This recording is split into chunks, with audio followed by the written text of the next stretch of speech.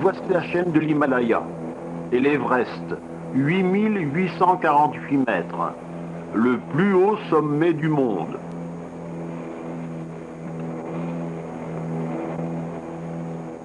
Pokhara, célèbre pour son panorama en bordure d'un lac, était jadis le paradis des hippies.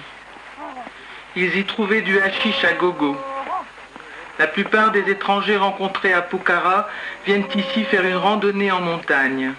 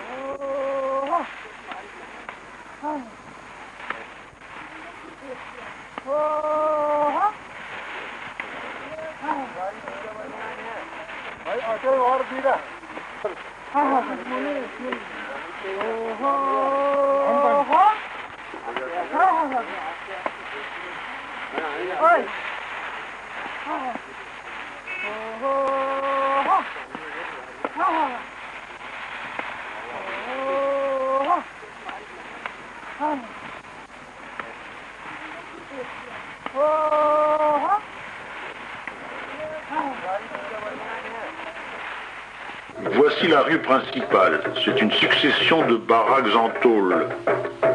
Ces commerces vendent tous les mêmes articles. Le moins qu'on puisse dire est que les affaires ne sont pas brillantes. Pour se rattraper, ils demandent des prix prohibitifs en se disant « Les étrangers sont riches, ils peuvent payer ».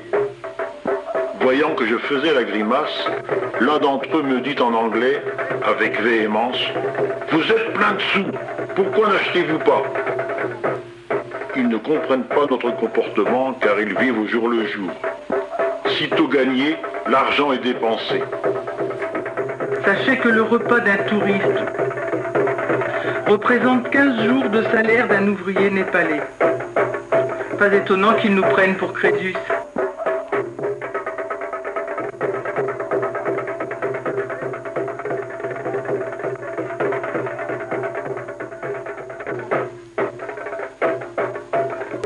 Au bout de la rue, nous avons découvert un métier typique de l'Asie, celui d'orfèvre. On rencontre quelques mendiants et des musiciens, tel ce gamin qui nous distrait un instant. En Asie, les bijoux en or constituent un placement. Ils se vendent au poids. Si vous voulez les revendre, le bijoutier les rachète au cours de l'or, moins 10%. Voyez avec quoi il travaille. Une petite soufflerie pour faire rougir les braises, une pipette pour activer la flamme d'une lampe à pétrole et fondre le métal sur une planche qui sert de creuset, une enclume pour ébaucher les formes. Ses doigts de pied servent d'étau.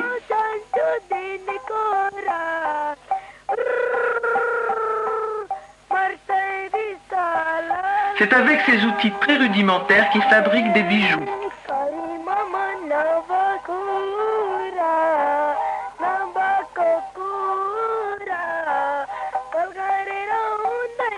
Ah zut, son gagne-pain se déglingue.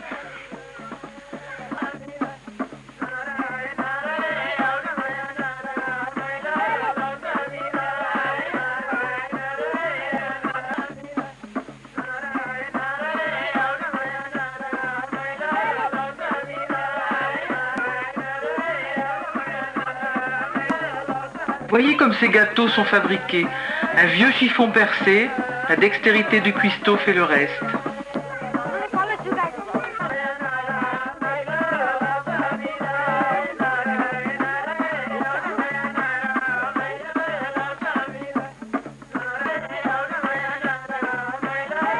Mais qu'est-ce qui sent mauvais comme ça?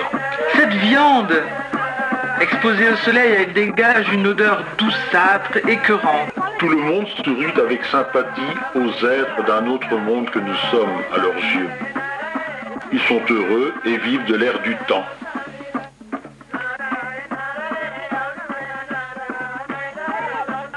À l'occasion d'une fête, d'un anniversaire ou tout simplement pour vider quelques bouteilles, les gens se réunissent, dansent et chantent.